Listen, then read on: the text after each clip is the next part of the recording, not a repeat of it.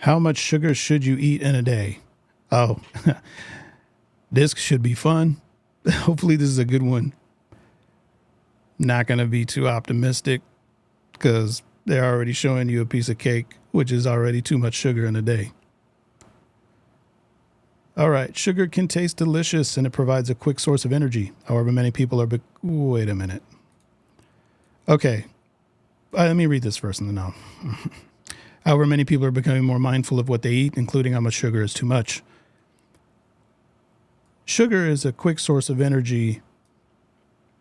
True, but this kind of implies that it's a good thing, like you need it. Your body makes all the sugar it needs in a day, which is roughly, on average, they say, around a teaspoon a day. That piece of cake probably had like 6 or 8 teaspoons in it at least, but that's all your body needs. Your body makes what it needs via gluconeogenesis, where it converts protein to glucose. That's where you get those small hills and valleys of insulin, which is good. You get on the carnivore diet. You still get glucose on a carnivore diet, but anything more than what your body needs is toxic to the cell. And the cell doesn't want it.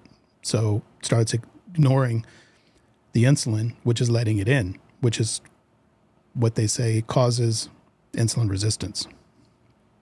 So I just want to say that this is kind of misleading. It's kind of worded weird because it makes you think you need it.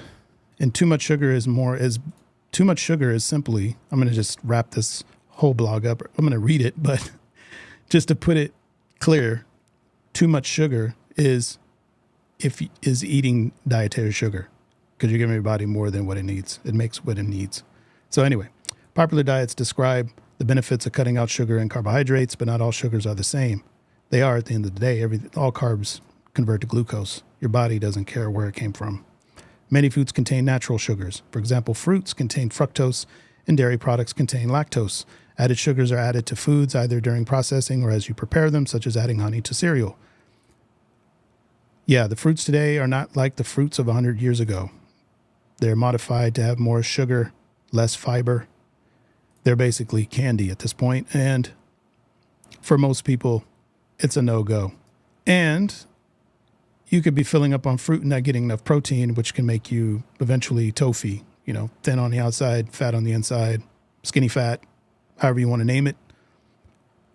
Carnivore is the only best way to go. But like I said, in other videos, if you have an addiction to carbohydrates, if you must eat fruit, and fruit contains fructose too, which is not good either. In some cases, worse than sugar. So just have to keep this in mind. I know this is sound probably foreign to you and probably crazy, but don't click away just yet.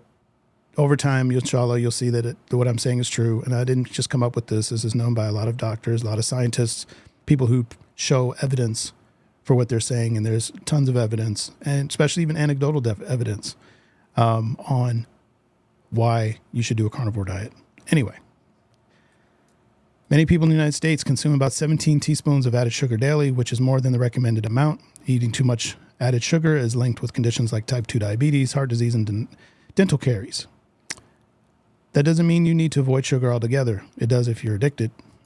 Still, it's important to be mindful of your intake and which food might contain unexpected sugar. Yeah, no article, especially any scientific article or health article, will ever demonize food. The food industry is untouchable. They will tell you to do it in moderation, which is horrible advice in America, especially we're living in the United States of addiction. Everyone has an addiction here. We're well beyond doing things in moderation. We need abstinence. Recommended daily sugar intake. This ought to be good. There aren't set recommendations for the amount of naturally occurring sugars you should eat, but there are guidelines to added sugars. There's no difference at the end of the day. Don't be fooled. It's glucose at the end of the day. And if you have an addiction to carbs, that's what you're addicted to. Your body doesn't care if it's natural or if it's added. It's all the same at the end of the day. Americans get an average of 13% of their calories from added sugar, which is higher than the current recommendations.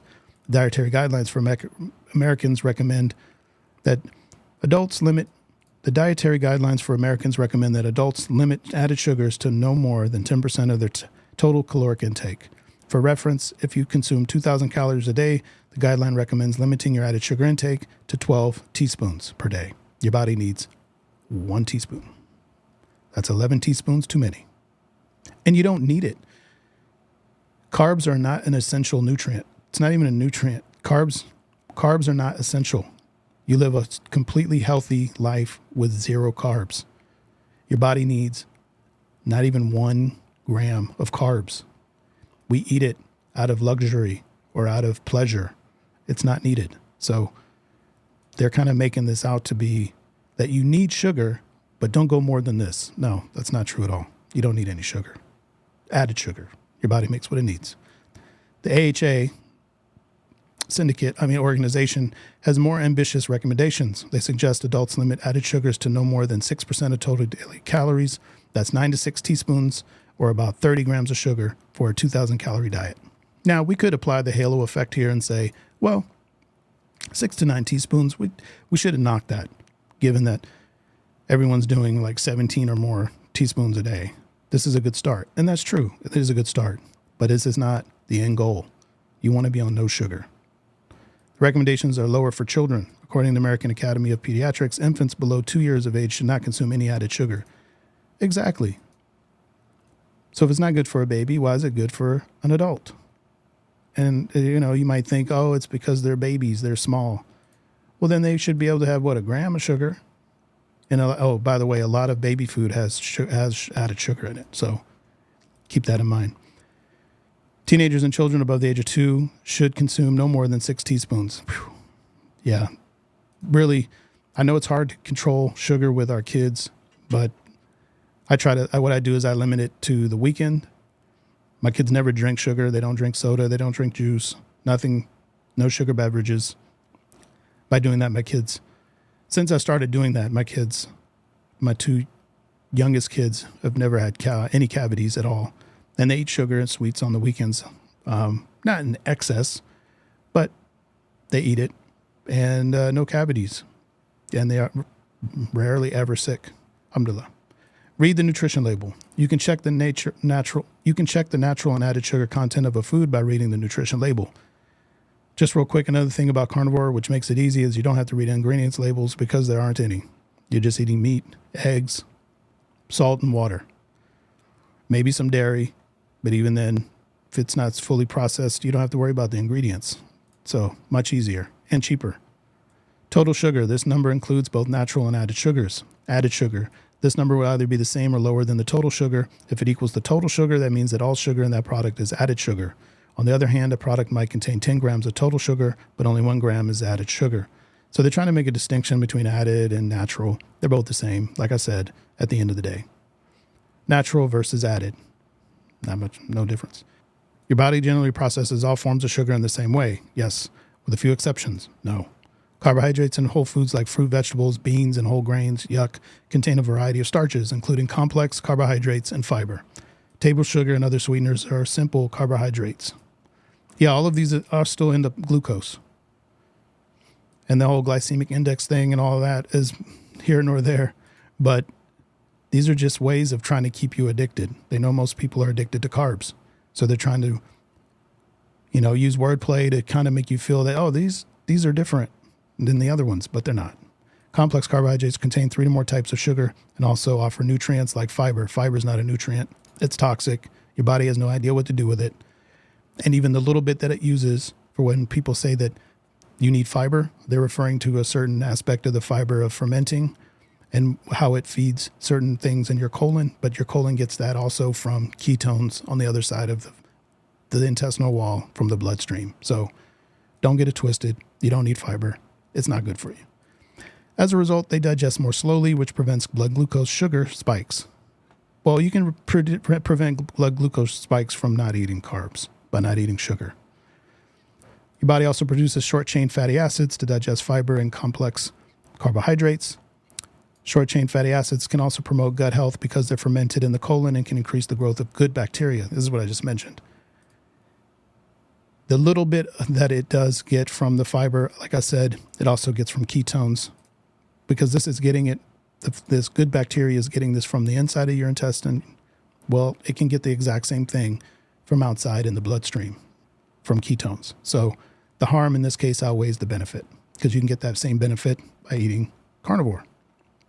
In short, when it comes to being mindful about how much sugar you eat, focus on added sugar. Now, health effects of eating too much sugar. Sugar, especially natural sugar, is fine in moderation.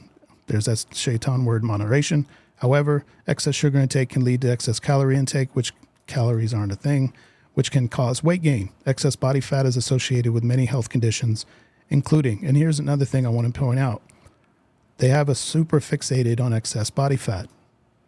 You hardly ever hear anyone talking about visceral fat. This is the fat around our organs, under our stomach muscles. So you can be thin and still have fat. You can still be gaining weight, but you just don't see it on the outside. It could be that from your genes that you're just gaining weight on the inside. And of course, you're never going to gain the same amount of weight on the inside as the outside or we'd explode. But the inside fat is far more unhealthy than the jiggly fat on the outside. So don't get too fixated on body fat. And whatever you do, don't get fixated on weight loss. You do not want to lose weight. You want to change your body composition. You want to lose fat. We have to be very specific, because by having you just focus on losing weight, you can fall victim to all kinds of scams, because you're like, oh, look, the number on the scale is going down, but you're actually losing water. You're losing muscle. So you want to lose fat and retain and gain muscle. Hypertension, heart disease, sleep apnea, osteoarthritis, which is a joint condition that occurs when the cartilage, the connective tissue surrounding the bones around a joint, gradually breaks down over time. Chronic pain and cancer. You can cure all of this with carnivore. I'm going to keep pushing carnivore. You should know me by now. Added sugar includes fructose, honey, maple syrup, agave, and more. Or maybe you don't know me. I'm very obscure still, so maybe you don't know me. Dental caries, tooth decay. Yeah, you can avoid tooth decay by not drinking your sugar. Like I said, even my kids, they've had sugar, ice cream, all these things on the weekend. We go to a yogurt place. They eat candy when watching a movie and these things, but they never had any cavities. And I'm pretty sure it's from not drinking the sugar. You may remember adults warning you that candy would give you cavities. Sugars, particularly added sugars, are a key risk factor for developing dental caries, also known as tooth decay or cavities for both children and adults. Studies have found that people with higher added sugar intake also had more dental caries. Meanwhile, consuming less than 10% of total calories from added sugar greatly reduces the risk of tooth decay and cavities. Yeah, even less than that. Just don't eat sugar and you're good to go. Foods with natural sugars like milk and fruit may not pose the same risk to dental health. Researchers believe this is due to other nutrients in these foods, such as fiber, water, calcium, and antioxidants. That said, dried fruit can be problematic for teeth because it gets stuck between them. Also, dried fruit is just candy. Don't even fool yourself. Heart disease. The AHA has a strict added sugar recommendation because added sugars have been linked with cardiovascular disease. However, the relationship isn't as concrete as you might think. It is. Don't eat carbs. A few recent reviews and meta-analysis have examined this relationship. They like to use these words: reviews, studies, meta-analysis. These are all fancy words for just saying that they followed people who were taking surveys. It's not science. Some reviews found a strong relationship. Another way to cover their butt. Some reviews found a strong relationship between added sugar intake and CVD risk, particularly when it comes to sugar-sweetened beverages. Other studies have mixed results. Yeah, for me, just from personal experience with myself and kids, stay away from sugar-sweetened beverages. These differences could be because most studies are observational. All studies dealing with nutrition are observational and based on surveys, epidemiology. With observational studies, research collected information from participants or look at past information. This can make it difficult to determine cause and effect. Yeah, it does not determine cause and effect. In this case, that added sugars cause CVD. More high-quality research is needed to examine this possible relationship. Well, they did kind of skip a part because added sugars can lead to type 2 diabetes, which in most cases leads to cardiovascular disease. Diabetes. Type 2 diabetes is often associated with sugar and other carbohydrates. This is kind of misleading because it's always associated with sugar and carbohydrates. You do want to be mindful of your sugar intake if you already have diabetes, as this can help prevent blood glucose spikes. Do not eat carbs if you have diabetes, unless, of course, you're on insulin therapy. So try to get off of that with your doctor. However, it's not so straightforward if you're trying to prevent the disease. It is straightforward. Don't eat carbs. Research regarding added sugars and diabetes risk is largely inconclusive. If you notice that everyone with type 2 diabetes eats a bunch of carbohydrates and when they stop, it goes away. That's pretty clear anecdotal evidence. And besides, these epidemiological studies are just anecdotal evidence collected by high-paid organizations. You can do that with yourself, with people you know and trust. There's a big difference.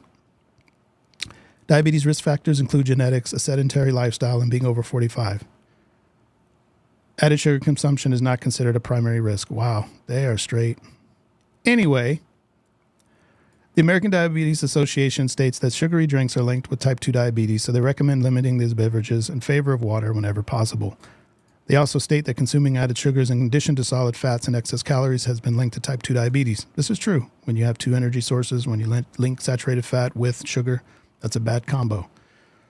Therefore, it may not be added sugars alone that increases the risk of diabetes. This is pretty true. Like a lot of times if they just eating carbs and then it's always paired with fat, which most foods are, because fat and sugar each have their own pleasure centers in the brain. So when you're eating both together, it's like 4th of July in your brain. And it's really bad for your health. Non-alcoholic fatty liver disease, NAFLD. Non-alcoholic fatty liver disease is a condition where excess fat accumulates in your liver. It's one of the most common causes of liver disease in the U.S. There's some evidence that eating a lot of added fructose, often found in sugar-sweetened beverages, can increase your risk of NAFLD. Research on NAFLD and sugar largely focuses on sugar-sweetened beverages. For example, a 2019 survey found a significant association between high sugar-sweetened beverage consumption and NAFLD. Again, these studies are largely observational. I'm glad they're pointing that out. They suggest an association between added fructose and NAFLD, but they don't show clear evidence that fructose causes NAFLD. Many factors can increase your risk of developing NAFLD, including type 2 diabetes and genetics. So real quick comment on genetics. It's more like epigenetics. You could have DNA. You have a family history. I mean, obviously you have DNA, not you could have DNA. In your family history, let's say you have type 2 diabetes. This means that you're at more of a risk, but it doesn't mean you're going to get type 2 diabetes. You would have to follow a similar diet that your parents did. You'd have to eat carbs. You'd basically have to have an environment or lifestyle and diet to actually pull the trigger on that type 2 diabetes. So your genetics, think of it as the gun, and your lifestyle pulls the trigger or not. So if you're one of your parents or if you have a family history of type 2 diabetes, it's far better for you to have a low carb or zero carb diet. Foods with high sugar content.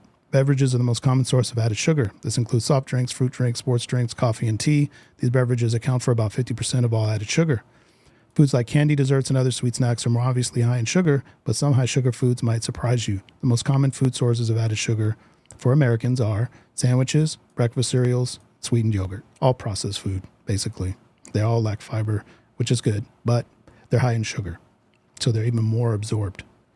Sandwiches account for 7% of Americans' added sugar intake. Sugar is often used as a preservative in bread or condiments. Breakfast cereals, granola bars, sweetened yogurt, and all other common sources of added sugar in the diet. For example, one serving of a popular vanilla Greek yogurt contains around 9 grams of added sugar. Yeah, the standard American diet is a processed food diet. 75% or more of the food in the grocery store is processed. It's not real food, it's fake food. Make sure you do your shopping around the perimeter of the grocery store, as they say. And close your eyes when you're at the cashier around all those candies that are there to tempt you when you're exhausted from shopping and have low willpower. How to reduce your sugar intake. Since many Americans consume more added sugar than guidelines recommend, you may be wondering how to be more mindful of your sugar intake. The reason why people eat more than what's recommended is because they're recommending you to eat added sugar and other sugars in the first place. They know how likely it is that we become addicted. Keep that in mind. Start by considering which high sugar foods you consume most often. Then consider how you might still enjoy the food and drink you love while minimizing added sugar. Here are some ideas. Request less sweetener or no sweetener in your go-to coffee order. Or just do carnivore and put heavy cream. Heavy cream is sweet. Once you've gotten off of sugar and your taste buds have reset, heavy cream is quite sweet and has no sugar. Focus on lower sugar drinks like water, unsweetened tea, milk, or low sugar dairy-free milk, and sparkling water. Yeah, do not drink dairy-free milk or low sugar milk. If you can't just drink regular whole milk, then don't drink milk at all. You don't need it. It's more of a luxury, but whatever you do, don't eat low sugar or dairy-free milk. If it's dairy-free, that means it's not even milk in the first place, so I don't even know what that means. Eat a variety of food that have fiber, protein, and healthy fat throughout the day to prevent constant cravings for higher sugar foods in the evening. Again, healthy fat. They don't want to run away from saying fat altogether, but what's implied here by healthy fat is seed oils. Stay away, as far away from seed oils as possible. Maybe I'll probably do a video on that soon, but healthy fat is saturated fat. And do that without fiber, without carbs, and of course it comes with protein.